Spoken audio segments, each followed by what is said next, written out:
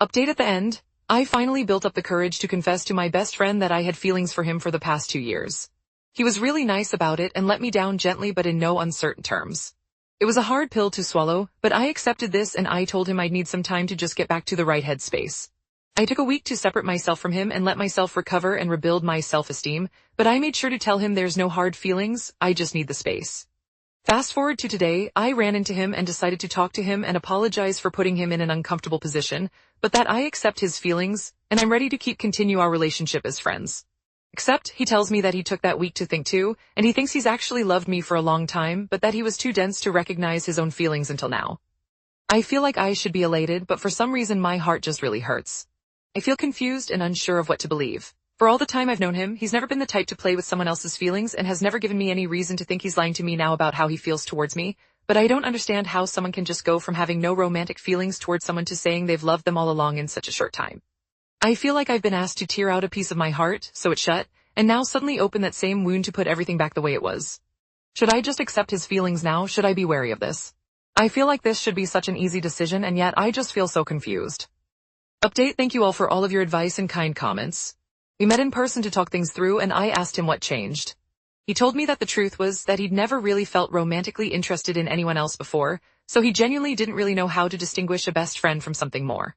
I know he's never had a relationship before, he's never expressed a romantic interest in anyone else, and never seemed to express a deep attraction to someone else, so this seems to line up from what I know of him.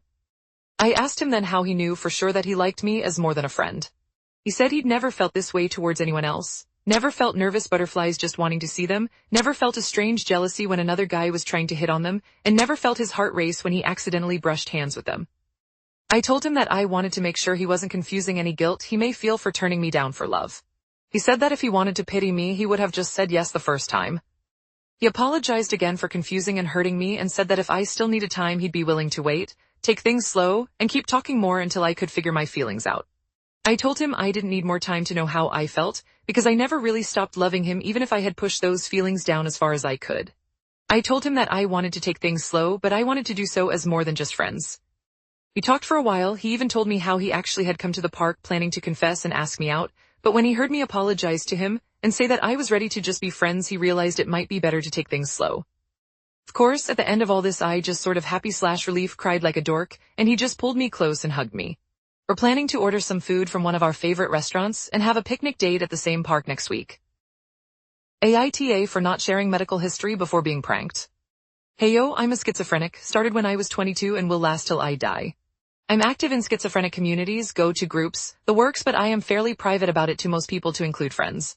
It's fairly common for people to think I'm eccentric due to some of my habits. Those habits include not going to parties or other places with lots of people, suddenly deciding not to do something, saying the occasional odd quip, normal schizophrenic stuff. Some friends thought it would be funny to make it seem like I might be going crazy as a group. It would individually wear something silly like a wizard hat or dinosaur costume to a group event, or say something totally out of the ordinary and pretend like it was normal. These are very real scary thoughts to me. I would ask members of the group if they had heard concerns about these conspiracies or weird garb from the other members, but they all acted like they had hung out with that particular member that day and I hadn't been involved. I was really scared that this could have been a massive delusion morphing into a full psychosis, so I preemptively checked myself into a hospital to stop myself from potentially hurting myself or diving further into the rabbit hole. I was so scared my medication stopped working. No one heard from me for a few days while I was in the hospital, and when I checked out, I confided in one of them about what had happened. I got a really long apology explaining what had happened and I blew up at them. I have ignored attempts from the others trying to apologize and have no desire to talk with them again. AITA for not previously stating that I am schizophrenic. Edit. People have been asking saying to post the length of the prank. Around 3 weeks. Edit 2. Thank you for the awards and stuff, but I really want to highlight some of the messages I have gotten. I'm at around 150 messages and counting, and I'm trying to respond to the ones where I can hopefully offer insight. Resources that I find helpful are /schizophrenia. For groups, just Google schizophrenia support groups in my area, something will pop up, and when you actually get there, someone will have a further list. You get what you put into groups, you don't have to talk your first couple of times. But no one will look at you with the batshit look if you say reality check, is there a bird in the room, or something in that regard. That did happen once, and the audible sigh of relief from 8 other people and the laughter that followed was hysterical.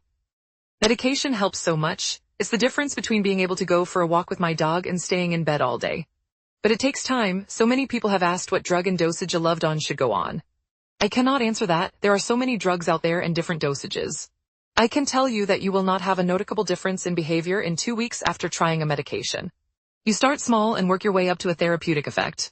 It might take some time to actually get to feeling human again. Not every medication is meant for every person, but don't give up. Boyfriend of 16 years doesn't pay, forces beep, I'm at a loss on what to do. Well, this was longer than I expected and probably disorganized.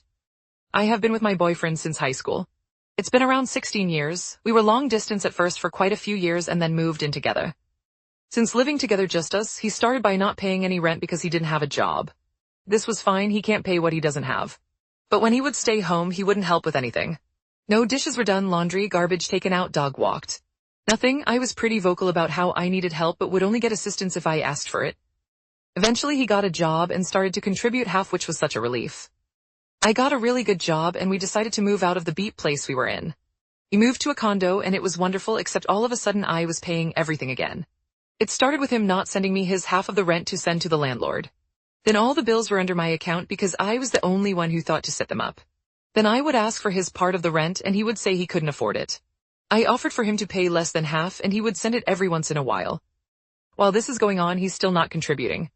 I would come home to the dog crying to go out, the house a mess, and him playing video games. Not only that, he would hug the PS4 so I couldn't play as well. I ended up getting a maid service to help me. I was that desperate for help. Anytime I would be at my last straw with him, he would all of a sudden clean up. He would go a month without helping and I would call my mom being like, that's it, I'm done, and suddenly he would make supper, clean, offer to play PS4 with me. Total shift, so I would stay and think maybe he's getting better. We now both have really good jobs and he's paying rent more consistently, but I'm still paying the most due to bills and paying the most in rent.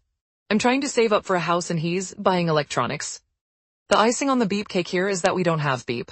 I am far too tired from working and cleaning, and honestly, I don't want to have beep with him, he doesn't help me. Why the beep should I pay for everything, clean and beep him? The issue is though he tries to have beep with me in my sleep. He did this years ago and recently started it again. He grabs my hand, puts it on him and thinks playing with my beep will make my hand move. I have no idea, but it's freaking annoying. It wakes me up and then I can't get back to sleep.